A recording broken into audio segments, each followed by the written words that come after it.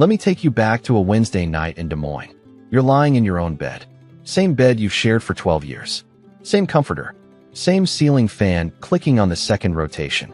But there's something new between you and your wife. A wall of pillows. 4 of them, lined up right down the center of the mattress like a property line nobody surveyed. You don't remember when they showed up. Neither does she. Or maybe she does, and just won't say. You reach across. Not for anything. Just to touch her shoulder. The way you've done 1,000 nights before. She shifts away. Not fast. Not angry. Just away. Like your hand is an inconvenience. Work on yourself, Ned. I'll think about it. That's what she said. Like I was applying for a position I'd held for 12 years. Like our marriage had a review cycle and I'd just missed the deadline. That was my bed. My wife. My name. Used like a rejection letter. My name is Ned Abernathy. 41 years old. I run a repair shop on Hickman Road in Des Moines, Iowa. Small engine work, lawnmowers, generators, the occasional vintage motorcycle. I'm good at what I do. People bring me things that don't run anymore, and I make them run. That's been the job description for my whole life, including my marriage.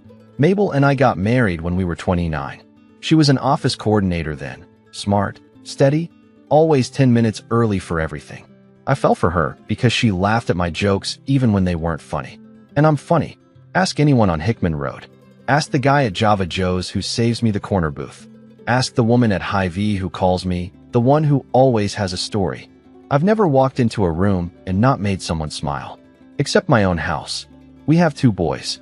Colt, 10, quiet kid, builds things out of scrap what I bring home from the shop. Smart in a way that doesn't need explaining. And Pal, 4. Pal's the one who still runs to the door when I come home. Still grabs my leg. Still thinks his dad can fix anything. Here's the thing about being the guy everyone loves. People assume your life is easy. They see you laughing and they think nothing hurts. They don't see you on your back porch at 2 in the morning with bare feet on cold concrete, wondering when your wife started looking through you instead of at you. But I'm getting ahead of myself. 6 months before that Wednesday night, Mabel got promoted. Regional manager for her company's Iowa division. New office downtown on Grand Avenue. Business dinners 3 nights a week. Conferences in Chicago, Minneapolis, Kansas City. She started wearing blazers I'd never seen and carrying a bag that cost more than our first car. I was proud of her. Told everyone at the shop. Told the guys at the counter at Zombie Burger. Mabel got the big job. They'd nod, clap my shoulder. Good for her, Ned. Good for you. Except it wasn't good for me. And I didn't know it yet. Mabel didn't come home different all at once. It was Tuesday by Tuesday. First she stopped asking about my day. Then she stopped sitting with us at dinner. Ate in the home office, laptop open, phone on speaker. Then she started correcting my grammar in front of the boys. It's Colt and I, Ned. Not me and Colt. Small cuts. The kind you don't feel until you're bleeding. Then Dixie Foxworth showed up. Dixie was Mabel's college friend, reconnected at some regional manager's mixer downtown. Divorced twice. Lives in West Des Moines in a house with more bathrooms than people. Drives a white BMW. Carries handbags that cost $3,000. I know because Mabel told me, twice, with a look I couldn't quite read. Dixie started coming around every Thursday. Wine on our patio. Mabel would laugh differently with Dixie. Louder, sharper, like she was auditioning for a life she didn't have. I'd hear pieces through the kitchen window while cleaning up after the boys. You settled, Mabel. I'm sorry, but you did. Look at your life. Look at what you could have. And Mabel, my Mabel, the woman who once slow danced with me in the kitchen to a song playing from the radio on the counter, didn't argue. She just poured more wine. Stay with me here. Week 1 after the promotion dinner. The pillow wall appeared. I joked about it. Building a fort, Mabel? Can I come in? She didn't smile. Didn't move the pillows. Just turned off her light. I laughed it off. That's what I do. Week 2. She started giving me lists. Not requests, directives. Fix the dryer vent. Call about the gutters. Schedule Pal's checkup. Like I worked for her. I did them all. Didn't say a word. But something shifted in my chest. A gear that had been turning for 12 years just stopped catching. Thursday night. Dixie on the patio again. I'm at the kitchen sink, washing Pal's mac and cheese pot. Their voices carry through the screen door. Dixie, withhold intimacy. He'll beg. That's how you get the upper hand. And Mabel, I've already started. I stood there, hands in the water. Stood there so long the suds dissolved, and the water went cold. Counted the ceiling tiles above the sink. 14. I'll never forget that number. That night, I didn't reach across the pillow wall. Not because I didn't want to. Because for the first time in 12 years, I understood the rules had changed, and nobody had told me I was even playing. Week 3, I made a decision. Not a dramatic one. Not the kind you see in movies. I just stopped directing my energy at someone who didn't want it. Monday, I cooked dinner. Set the table with candles, half-melted birthday candles stuck in coffee mugs from the junk drawer. Colt thought it was hilarious. Pal blew them out and demanded cake. I made pancakes instead. 3 of us at the table, laughing. Mabel came home at 9. Saw the remnants. What was this? Family dinner. She opened her laptop. Tuesday, I took the boys to Gray's Lake after school. Pal threw rocks at the geese. Colt asked why Mom never comes anymore. I said, she's busy, bud. He nodded like he'd been practicing that nod for months. Wednesday, Mabel left a sticky note on the fridge. We need to talk about the visa bill. That was our communication now. Sticky notes on a refrigerator.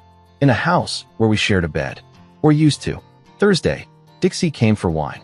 I took the boys for ice cream at Bowder Pharmacy. Old-fashioned counter, red stools. Pal got chocolate on his shirt. Colt asked for a root beer float, stirred it slowly, and said, "This is better than home." That one I felt in my throat. Friday, Mabel noticed. Not the absence of affection, the absence of effort. I wasn't buying flowers anymore. Wasn't leaving coffee on her nightstand. Wasn't texting, "How's your day?" at noon.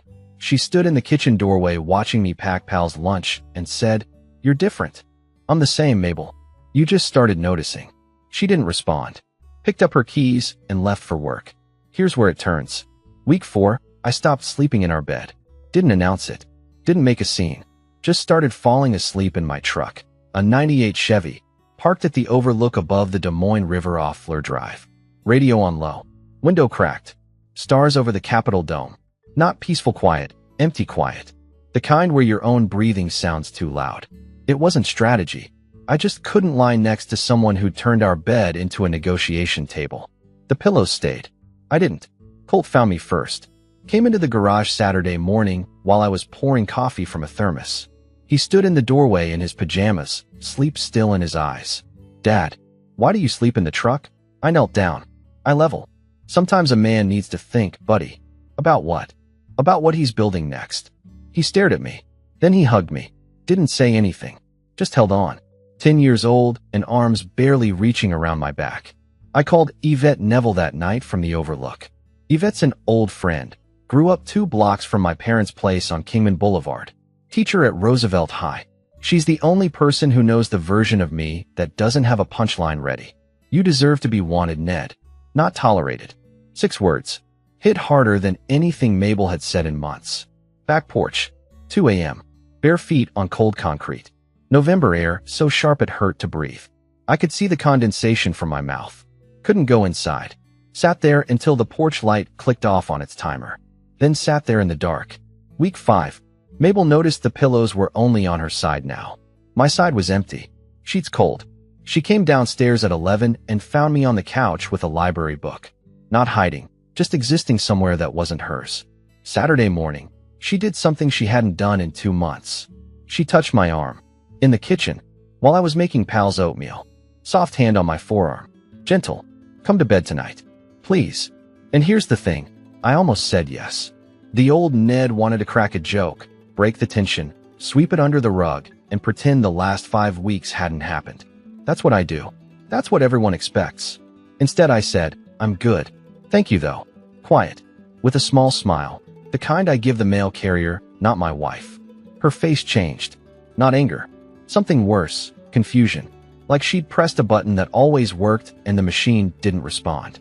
She called Dixie within the hour. I was in the garage and heard her through the laundry room wall. Thin walls in Iowa houses. "It's not working." He's not begging. He's not even angry. He just smiled at me and said, "Thank you, though." "Dixie." "Then leave him. You can do better.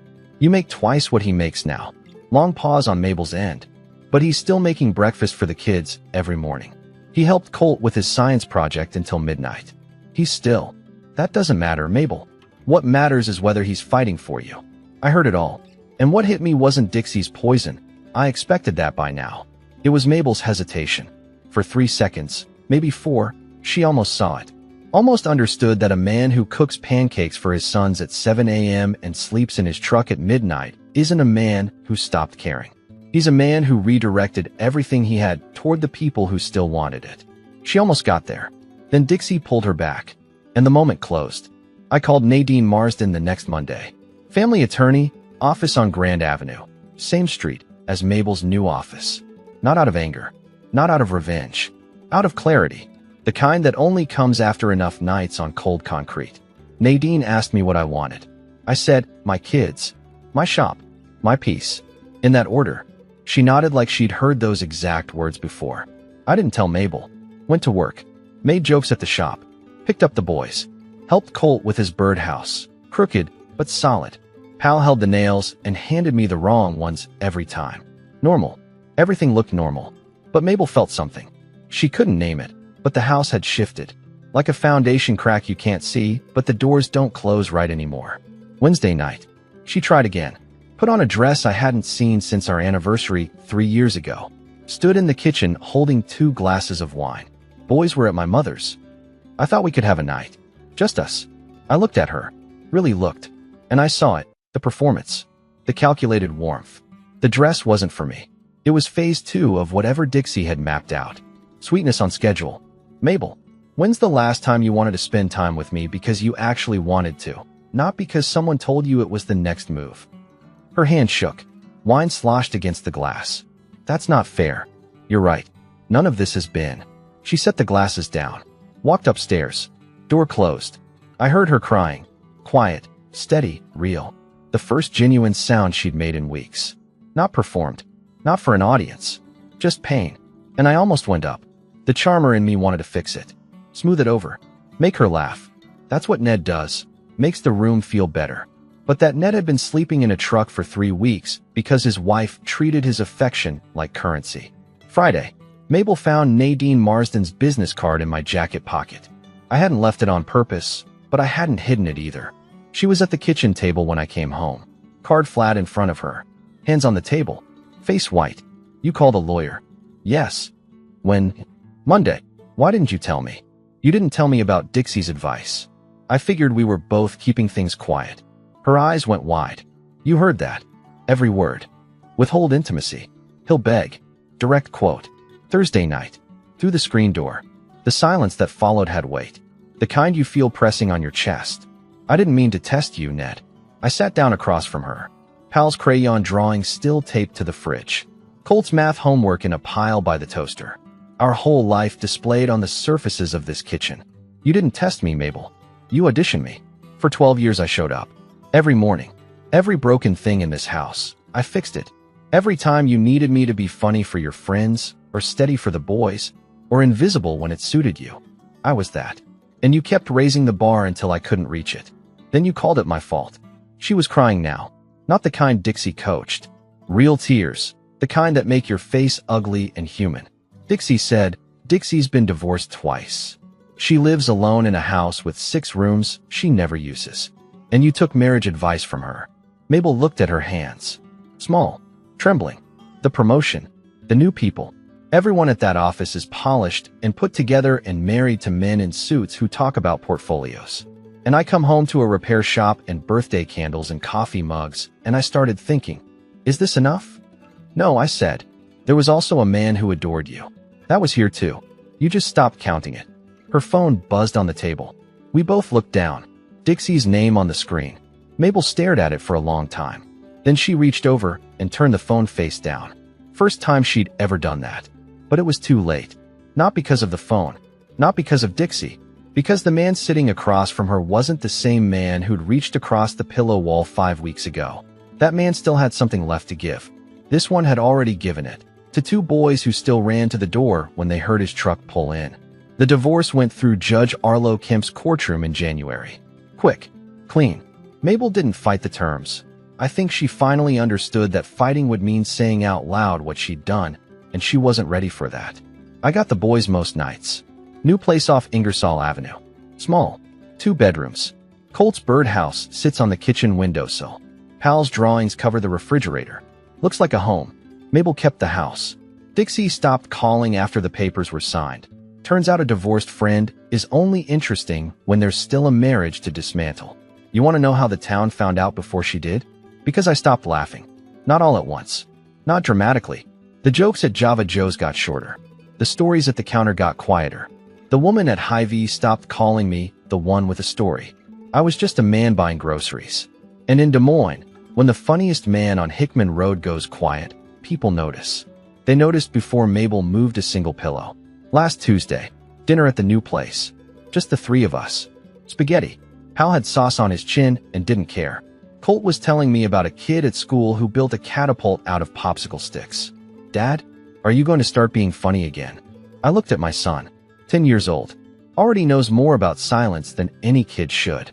Yeah, bud, I think I am. And Pal looked up from his plate with sauce on both cheeks and said, "You're already funny, Daddy." Some jokes don't need a room full of people. They just need the right ones at the table. Dear listeners, that's our ending. If it resonated, subscribe to support the channel. See you next time.